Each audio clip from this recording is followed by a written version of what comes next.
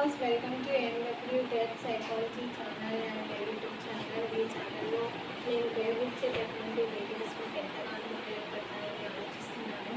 So friends, మీరు చేయాల్సిందల్లా like చేయడం, షేర్ చేయడం. ఈ వీడియోస్ నచ్చినట్లయితే మీకు లైక్ చేయండి, షేర్ చేయండి, కామెంట్స్ చేయండి, మరియు బెల్ ఐకాన్ మీద ప్రెస్ చేయండి. ఆల్ అనే నోటిఫికేషన్ ఆల్ మీద ప్రెస్ చేయండి. మీకు నేను ఏదైతే వీడియోస్ లేటెస్ట్ అప్డేట్స్ చేశానో ఆ నోటిఫికేషన్స్ అన్నీ మీరు ఈజీగా పొందగలుగుతారు. అయితే ఇప్పుడు చెప్పబోయేటటువంటి టాపిక్ అనేది దేనికి ఉపయోగపడుతుంది అంటే, టెట్ ఆస్పిరెంట్స్కి కానివ్వండి, సీటెట్ అప్లై చేశారు చాలామంది. So I use both languages, English and Telugu. So CTET రాసే అభ్యర్థులకు, ఆస్పిరెంట్స్కి కూడా నేను చెప్పబోయేటటువంటి టాపిక్ అనేది ఉపయోగపడుతుంది. టెట్ మరియు టీఆర్టీ, ఎంఆర్ఎస్. ఆల్రెడీ ఎంఆర్ఎస్కి అప్లై చేసిన వాళ్ళు, ఏకలవ్య మోడల్ రెసిడెన్షియల్ స్కూల్స్కి అప్లై చేసినటువంటి వాళ్ళకి కూడా కాంపిటేటివ్ ఎగ్జామ్లో నేను చెప్పబోయేటటువంటి టాపిక్ ఎంతగానో ఉపయోగపడుతుందని ఆశిస్తున్నాను ఫ్రెండ్స్. కంపల్సరీగా 4 క్వశ్చన్స్ కవర్ అవుతాయి. 4 క్వశ్చన్స్ అంటే each questions carry half marks. So 4 questions cover అయ్యేటటువంటి వెరీ ఇంపార్టెంట్ టాపిక్ని మీకు ఇప్పుడు నేను చెప్పబోతున్నాను. So what is the classification of educational objectives? So classification, విద్యా లక్ష్యాల యొక్క వర్గీకరణ. బిఎస్ బ్లూమ్స్ అనే శాస్త్రవేత్త విద్యా లక్ష్యాలను 1948వ సంవత్సరంలో వర్గీకరించాడు. వర్గీకరణకి ఒక పదం వాడాడు. ఆ పదమే టాక్సానమీ. టాక్సానమీ మీన్స్ వర్గీకరణ. టాక్సానమీ మీన్స్ వర్గీకరణ, క్లాసిఫికేషన్. సో బిఎస్ బ్లూమ్స్ అనే శాస్త్రవేత్త 1900 అతను ఒక్కడే కాకుండా అతని అనుచరులతో కలిసి, తన యొక్క స్టూడెంట్స్తో కలిసి, రీసెర్చర్స్తో కలిసి విద్యా లక్ష్యాలను వర్గీకరించడం జరిగింది. మరి విద్యా లక్ష్యాల యొక్క ప్రాముఖ్యత ఏంటి? What are the importance of educational objectives అంటే, without educational objectives we cannot write the lesson plan and we cannot teach and we cannot establish the classroom climate through enthusiasm. So that's why educational objectives are very, very important, play vital role in the education. So objectives are play major role, vital role in the education or in classroom climate. Okay.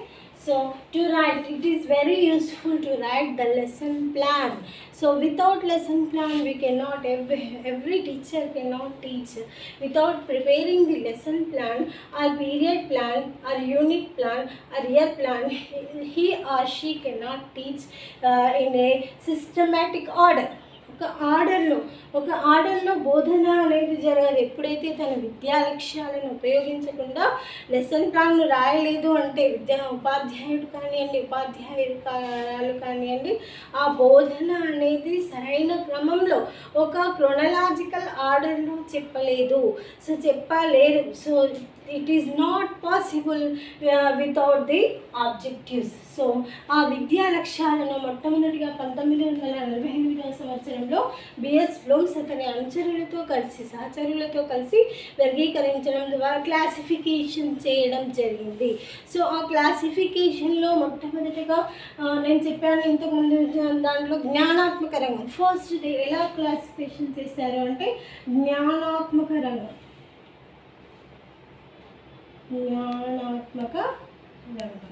Cognitive domain.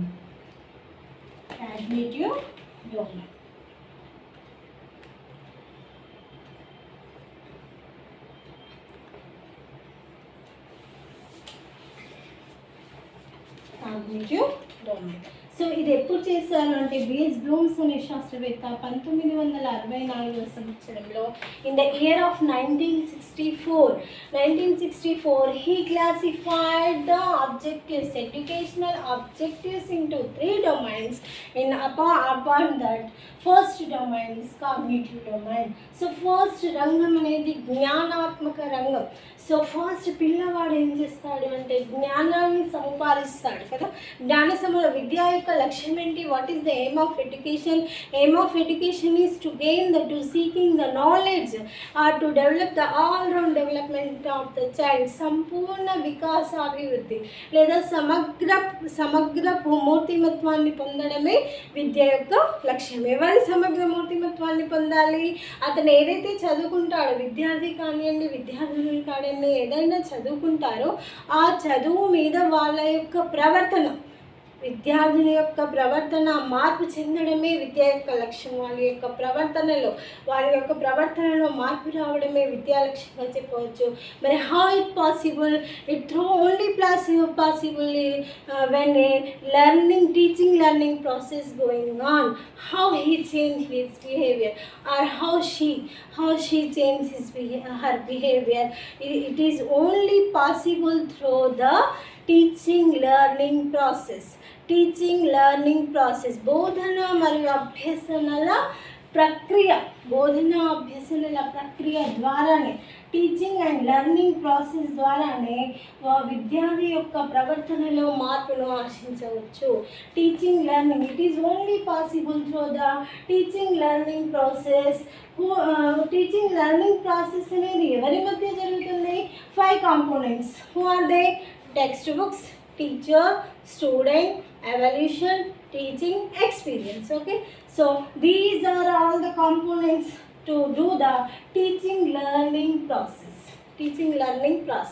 బోధన అభ్యసనల ప్రక్రియ ఎప్పుడైతే సఫలీకృతం అవుతుందో, అది ఎప్పుడైతే సఫలీకృతం ఎప్పుడవుతుందో అప్పుడే ఆ క్లాస్ రూమ్లో ఉన్నటువంటి విద్యార్థుల యొక్క ప్రవర్తనలో కొంతవరకు మార్పు తీసుకొచ్చామని చెప్పవచ్చు. ఒక క్లాస్ జరిగింది అంటే, ఆ క్లాస్ జరిగినప్పుడు లేదా ఒక అంశం టీచ్ చేయబడింది అంటే ఆ అంశం ఆధారంగా ఆ రోజు జరిగినటువంటి ఆ క్లాస్ బోధన అభ్యసన ప్రక్రియ ఆధారంగా ఆ క్లాస్ రూమ్లో ఉన్నటువంటి విద్యార్థుల యొక్క ప్రవర్తనలో మార్పు అనేది చెందినం అని అనుకున్నప్పుడు మాత్రమే ఆ క్లాస్ రూమ్ అనేది సక్సెస్ అవుతుంది. చెప్పినటువంటి క్లాస్ అనేది సఫలీకృతం అవుతుంది, సక్సెస్ అవుతుంది. So in the year of 1964 BS Bloom's అనే శాస్త్రవేత్త కాగ్నిటివ్ డొమైన్ని classification into objectives classified into 3 domains. In that first domain is cognitive domain. Okay, so జ్ఞానాత్మక రంగంలో ఏం చేశాడు? కొన్ని లక్ష్యాలు స్పష్టీకరణలు ఇచ్చారు.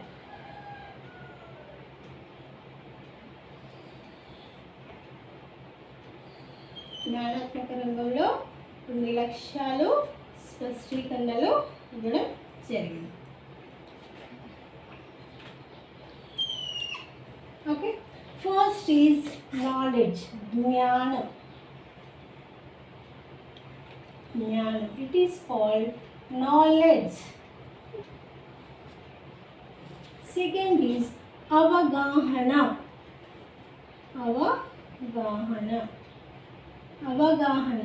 It is called comprehension or understanding.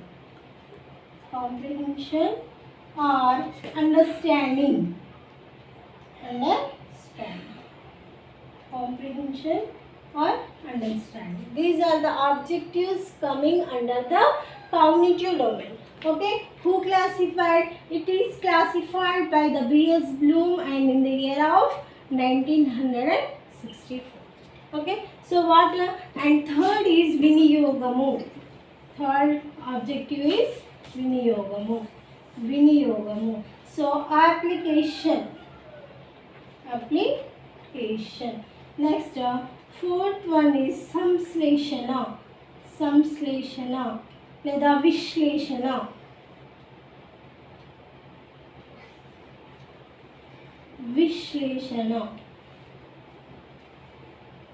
విశ్లేషణ, analysis. And fifth one, samsleshana,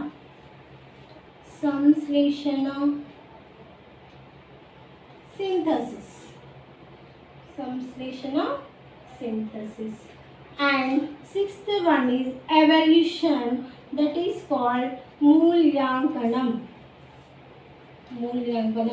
So mulyankanam evolution.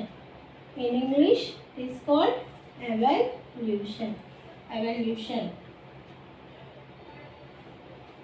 Evolution. Evolution. So, under the cognitive domain, జ్ఞానాత్మక రంగంలోని లక్ష్యాలు ఎవరు వర్గీకరించారు? బిఎస్ బ్లూమ్స్ అనే శాస్త్రవేత్త in the year of 1964 he classified the objectives into 6 under the cognitive domain. What are they? First one is knowledge, and second is comprehension, and third is application, analysis, synthesis, evaluation. Okay, so first we should take, so under this, these are only objectives, and under this are coming some specification, అంటే లక్ష్యాలను వర్గీకరించాలి. మరి ఈ లక్ష్యాల కింద ఎటువంటి స్పష్టీకరణలు వస్తాయి? స్పష్టీకరణ nothing but విద్యార్థి యొక్క ప్రవర్తన. ఇక్కడ స్పష్టీకరణను ఎలా తీసుకుంటారు? ఆ విద్యార్థి యొక్క ప్రవర్తనలనే స్పష్టీకరణలుగా వివరించడం జరిగింది. ఫస్ట్ లక్ష్యం ఏంటి? జ్ఞానం తీసుకున్నాం. జ్ఞానం, మరి జ్ఞానం అంటే ఏంటి? విద్య యొక్క ప్రాముఖ్యత ఏంటిది? అసలు విద్య ఎందుకు? Why we need the education to gain the knowledge, to seeking the knowledge. జ్ఞానాన్ని సముపార్జించడానికి కావాల్సిందే విద్య. జ్ఞానాన్ని సముపార్జించడమే విద్య యొక్క లక్ష్యం. మరి ఈ జ్ఞానం కింద ఏమొస్తుంది అంటే, ఈ జ్ఞానానికి సంబంధించి ఏముంటుందంటే ఆలోచన, చింతన, వీటికి సంబంధించినటువంటి ప్రక్రియలు వస్తాయి. సో మరి జ్ఞానం కింద ఏమొస్తుందంటే, ఫస్ట్ నేను చెప్తాను, recall and recognition. Recall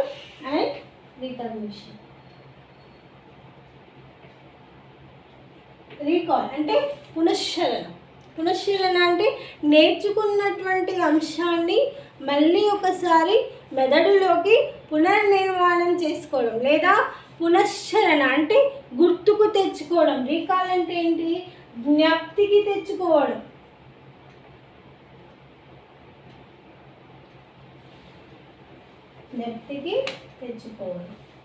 next recognition అంటే గుర్తించడం.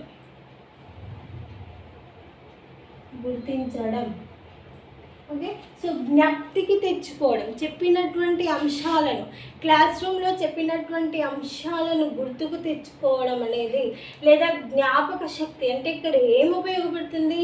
ఇక్కడ మెమొరీ అనేది ప్లేస్ మేజర్ రోల్. చెప్పినటువంటి అంశాన్ని ధారణ చేసుకోవడం, రిటెన్షన్ చేసుకోవడం, ధారణలో ఉంచుకోవడం, నిలుపుకోవడం అనేది చాలా ప్రాముఖ్యత ఇస్తుంది. ఒకవేళ ధారణ అనేది లేకపోతే మెమొరీ అనేది without retention we cannot expect the memory of the child. అన్నా సో ఏంటి ఇక్కడ ధారణ అనేది, మెమొరీ అనేది చాలా స్మృతి పదంలో విద్యార్థి ఒక నిర్మాణాత్మకంగా స్మృతి పదంలో ఉంచుకోవాలి. ఒక order, retention in a order. ఒకవేళ వరుస క్రమం అనేది మిస్ అయింది అంటే అతని యొక్క స్మృతి పథం అనేది విస్మృతికి దారితీస్తుంది. సో స్మృతి నిర్మాణం స్మృతి అనేది ఒక ఆర్డర్లో చేసుకోవాలి. సో జ్ఞప్తికి తెచ్చుకోవాలి చెప్పుకున్నటువంటి విషయాలు, జ్ఞానం. మరి జ్ఞప్తికి తెచ్చుకోవడం అనే స్పష్టీకరణ దేనిలో భాగం? జ్ఞానం అనే లక్ష్యంలో భాగం. జ్ఞానం అనే లక్ష్యంలో రెండు స్పష్టీకరణలు ఇవ్వడం జరిగింది. అవేంటివి అంటే జ్ఞప్తికి తెచ్చుకోవడం, గుర్తించడం, రీకాల్ అండ్ రికగ్నిషన్.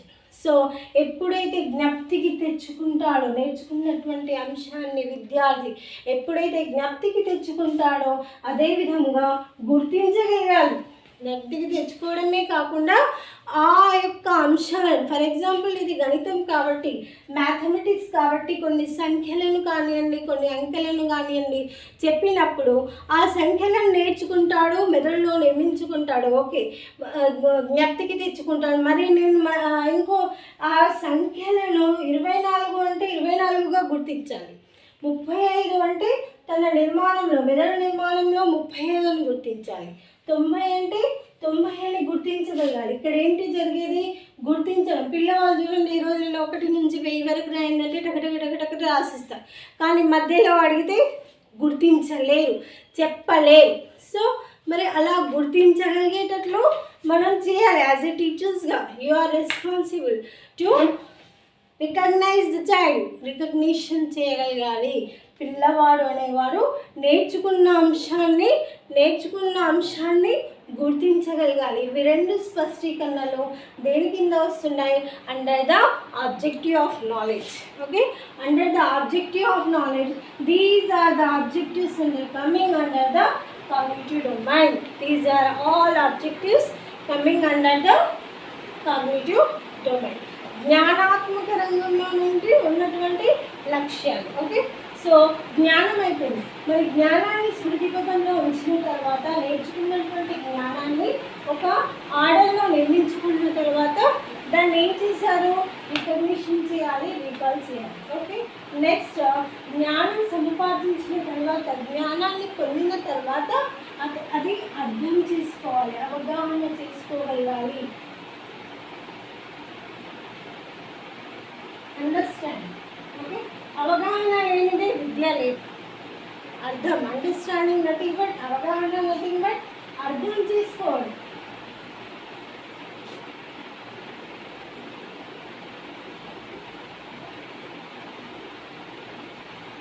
అర్థం చేసుకోవాలి.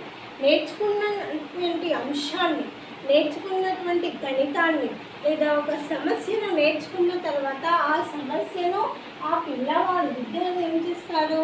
అండర్స్టాండింగ్ చేయాలి, అవగాహన చేసుకోగలగాలి, అర్థం చేసుకోగలగాలి. ఓకే, సో మరి అవగాహన, అర్థం. ఒకవేళ జ్ఞానం లేనిదే అవగాహన లేదు. జ్ఞానం వచ్చిన తర్వాత ఆ జ్ఞానాన్ని అర్థం చేసుకోగలగాలి. ఇది ఈ లక్ష్యం యొక్క ఉద్దేశం.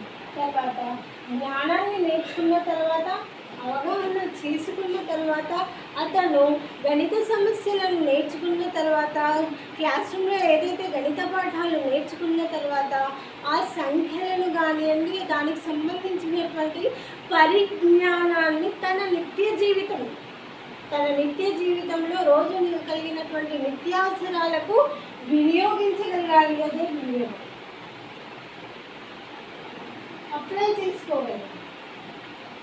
నేర్చుకున్నటువంటి అంశాలను, గణిత శాస్త్రానికి సంబంధించినటువంటి సంఖ్యలను కానివ్వండి, అంకెలను కానివ్వండి, లేదా అర్థమెటిక్ కొంత సమస్యలను కానివ్వండి. ఫర్ ఎగ్జాంపుల్ గ్రామ్స్, కిలోగ్రామ్స్, లేకపోతే లీటర్, మిల్లీ లీటర్స్, వీటి యొక్క పరిజ్ఞానం పొందిన తర్వాత ఆ పరిజ్ఞానాన్ని తన నిత్య జీవితంలో ఎక్కడో ఒక దగ్గర వినియోగించగలగడమే ఈ లక్ష్యం యొక్క ఉద్దేశం. దాన్ని అప్లికేషన్ అంటారు, అప్లికేషన్ ఆబ్జెక్ట్.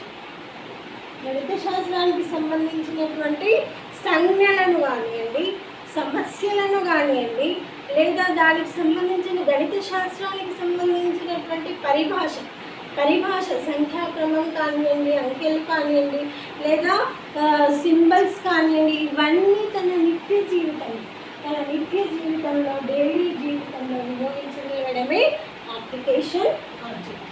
ఓకే, తర్వాత 4th వచ్చేసి విశ్లేషణ అంటే అనాలిసిస్ చేయడం. అనాలిసిస్ అంటే కొంత భాగాన్ని నేర్చుకున్నాం, ఆ భాగం మొత్తం సంపూర్ణంగా చదవలేకపోయినప్పుడు ఆ భాగాన్ని కొన్ని చిన్న భాగాలుగా చేసి, ఒక అంశాన్ని చిన్న భాగాలుగా చేసి విడదీసి విశ్లేషించి నేర్చుకోవడమే విశ్లేషణ, అనాలిసిస్. ఓకే, అనాలిసిస్ చేసుకుంటూ నేర్చుకోవడం. నెక్స్ట్ సంశ్లేషణ అంటే చిన్న విడి భాగాలను మొత్తంగా చదువు. సంశ్లేషణ అంటే చిన్న విడి భాగాలను చదువుకుంటూ మొత్తంగా నేర్చుకోవడం అనేది సంశ్లేషణ. Is called synthesis. అండ్ ఇవన్నీ చేసిన తర్వాత జ్ఞానం సంపాదించి, జ్ఞానంతో పాటు అవగాహన చేసుకొని, ఆ అవగాహన జ్ఞానాన్ని నిత్య జీవితంలో వినియోగించుకుంటూ, అనాలిసిస్ చేసుకుంటూ, సంశ్లేషణ చేసుకుంటూ అంతా నేర్చుకున్న తర్వాత ఒకసారి ఏం చేసుకోవాలి అంటే మూల్యాంకనం చేయాలి. ఇది ఒక లక్ష్యం. వితౌట్ మూల్యాంకనం, నేర్చుకున్నది ఎంతవరకు నేర్చుకున్నారో చెప్పుకోవాలి. మూల్యాంకనం చేయకపోతే నేర్చుకొని వృధా. అవునా? So that's why we have some exams. Formative CC method nowadays come in education. CC method. So what is CC? Some formative assessments are there and some formative assessments are there. So evaluation చేయాలి, మూల్యాంకనం చేసుకోగలగాలి. పిల్లవాడు విద్యార్థిని నేర్చుకున్న అంశాలు, అవగాహన చేసుకున్న అంశం కానీ వినియోగం కానీ ఈ లక్ష్యాలు నేర్చుకున్న తర్వాత మూల్యాంకనం చేయగలగాలి.